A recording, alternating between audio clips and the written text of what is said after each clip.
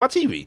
He's shooting a three, and Josh Smith is closing out on him, and he makes contact with him, and Steph falls to the ground. Now he hits the shot, and he doesn't get up like where the foul. He's not even pandering for a foul call. He gets up, does his normal thing, hits his chest, and points to the sky, and the next play ensues. But they finally do 5 Gs. And that's what he said when they asked him about it today. He was like, he wasn't even looking for the foul. He was just reacting to the motion, the fact that he got hit. The contact, right? Yeah. Yeah. But here's my thing with the entire thing, like, because dudes are getting fined for flopping, but it's not having an impact on the game. Like, I guess what I'm saying is that if the referees aren't fooled, it's like play on. Like, I think if someone flops, right, and the referee gets fooled and they call a foul on someone, okay, maybe then that should be the spirit of the rule. But if someone just does it and the referee is like, whatever, dude, get your ass up. Okay, play on.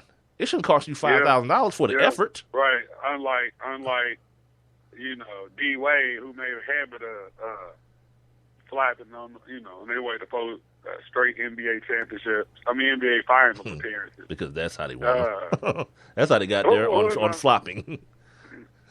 Well, I'm just saying, D Wade is the reason for the rule. Like, D Wade is the one. Nah, it's plenty of guys. Like Manu Ginobili, he's a very, very guilty party in the matter. They used to call that acting. Remember back in the day it was called acting. Well, Vlade, yeah. Because Vlade is really the Vlade Divac rule, because he's the guy against Shaq. Like, anytime Shaq would, like, put a pinky on Vlade Divac, that dude would fly into the second row of the stadium. Yeah. And so now, everyone kind of points to, old Vlade Dottie, we like to potty with this whole flopping thing. But I think if there's no harm, there should be no foul. I guess is what I'm saying. Right. It's almost like finding someone in the NFL for holding and it wasn't called. Because it wasn't called. Like, you held on that play, the referee didn't call it. It's foolery. Yeah, it's crazy. Yeah.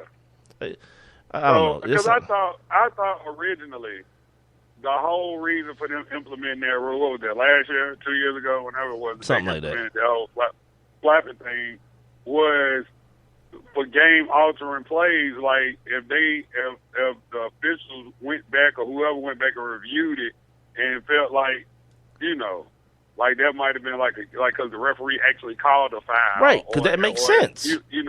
Or it was something that changed the game or something like that. Then you say, yeah, well, then I'm going to levy this fine on you. But you automatically, no foul, like, you just automatically like, oh, yeah, well, we just go fine you $5,000 for falling down. And here's the other thing, too. If I'm going to be real about it, that dude's your MVP. Yeah.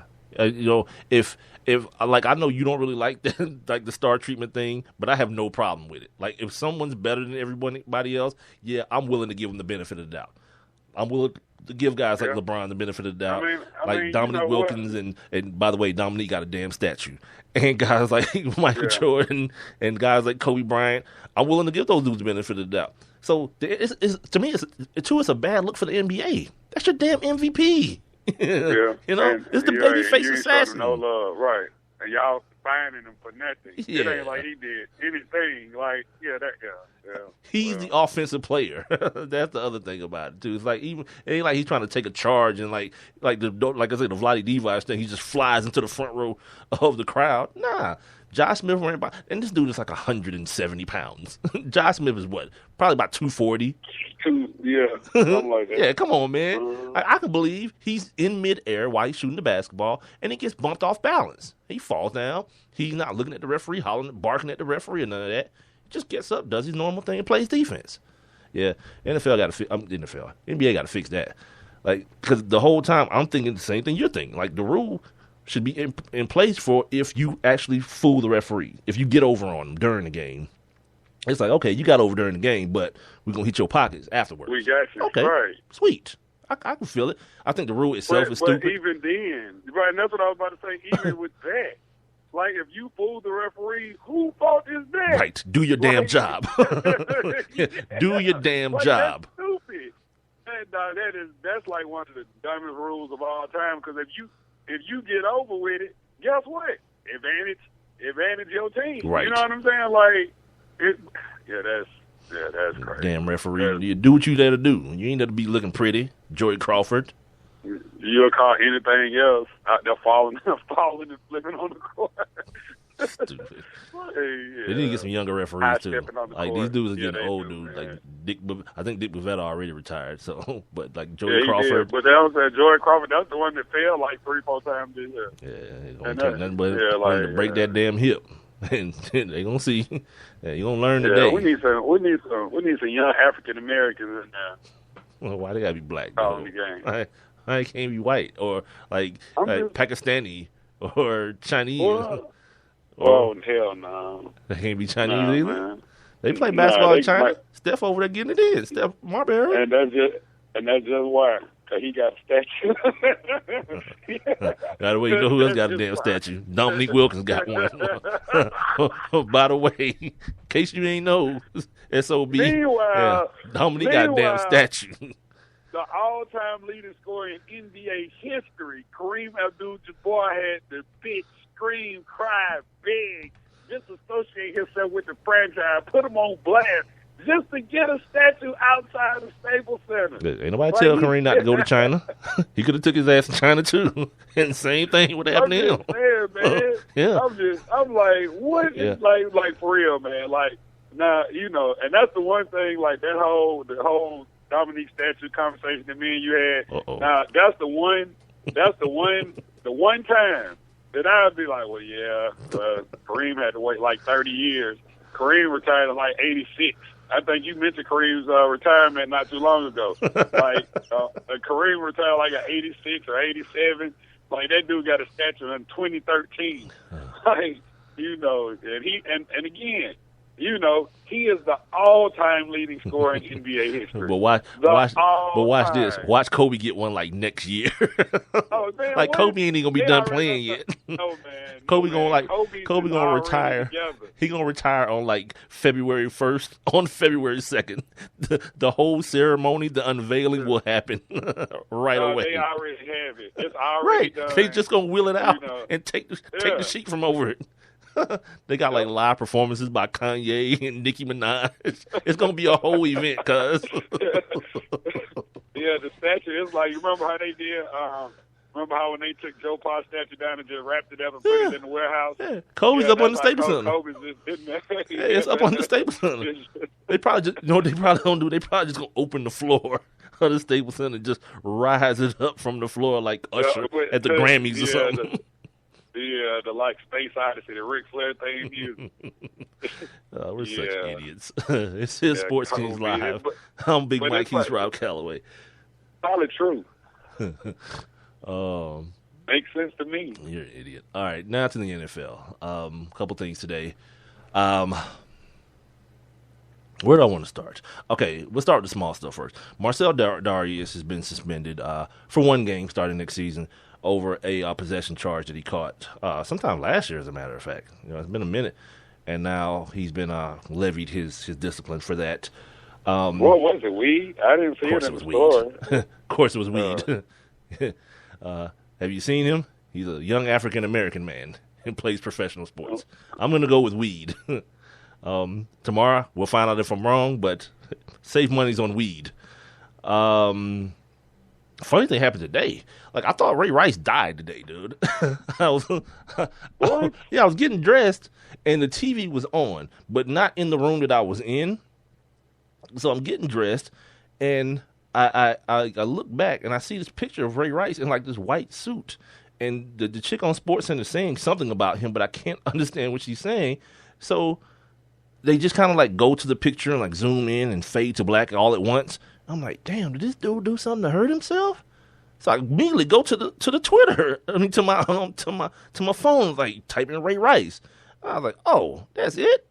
Okay, Ray Rice got the domestic violence charges dropped against him. You know what I say about that? So what, dude? You're on tape. It's like, ain't nobody unremembering that.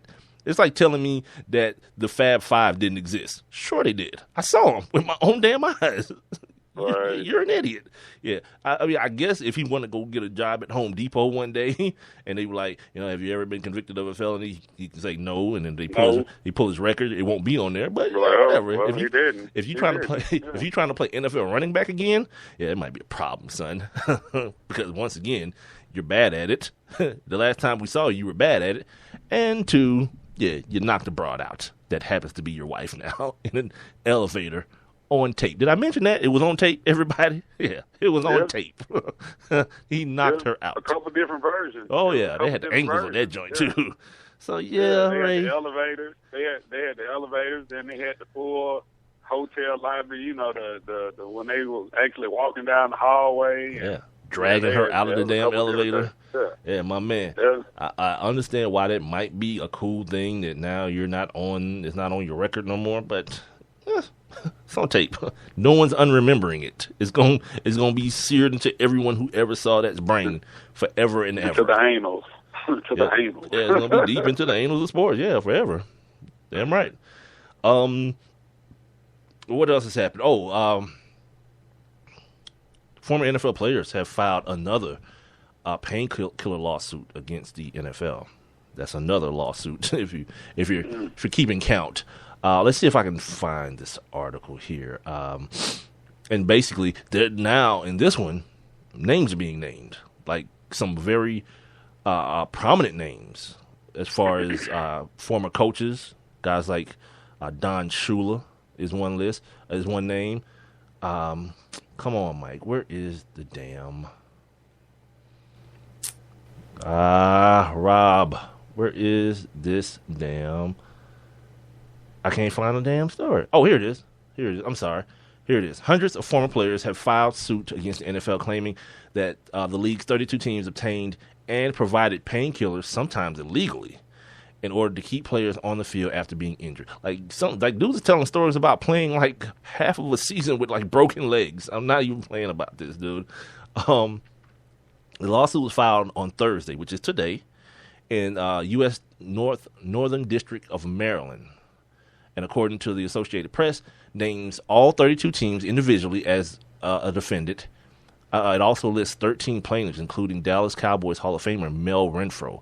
The lawsuit also claimed that several former head coaches and assistants, among them Don Shula, Howard Schnellenberg, Wayne Fonts, we all know these names, Mike Holmgren, and Mike Tice. Is Mike Tice still on staff here? I know they kept Ryan Cox. Did they keep Mike Tice as well? I think they told him they would, but I don't know if he stayed, because he was one of the coaches that they said just packed all his stuff up as soon as he found out Mike Smith got fired. I'm really not sure. Okay, well, he's on the list too, saying that they warned players they would be cut if they're from their teams unless they took painkillers and returned to the field. The NFL, in fact, had been under investigation by the Drug Enforcement Agency for its distribution of prescription pills in NFL locker rooms last year. Yeah, that's I don't know. The case last year, the same one like this, with what's that dude's name that's on the Michelle Beadle show? Marcel Reese. Marcel Wilder. Marcel Wilder. Yeah, whatever his name is. Yeah, he was a part of that case last year, the one that was dismissed. So this is a new one. Sticking to that theme of litigation against the NFL, we kind of mentioned this a few weeks ago, maybe a month or two ago, as a matter of fact, about the women and the families of the players who were going to be appealing and not being involved in the concussion settlement, the one that got approved for $765 million.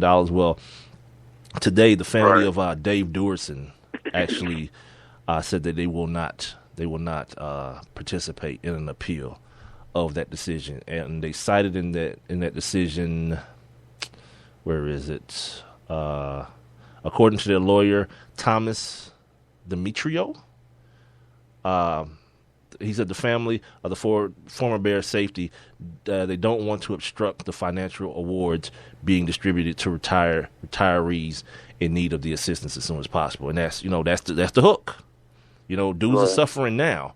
So the longer you kind of drag the stuff out in court, man, like dudes like dying, and their bodies are betraying them with like the ALS stuff happening, and and the Parkinson stuff, and what's the other one that with Jim McMahon where you start forgetting stuff, the Alzheimer's stuff, yeah, the dementia, all that kind of stuff. Yeah, man.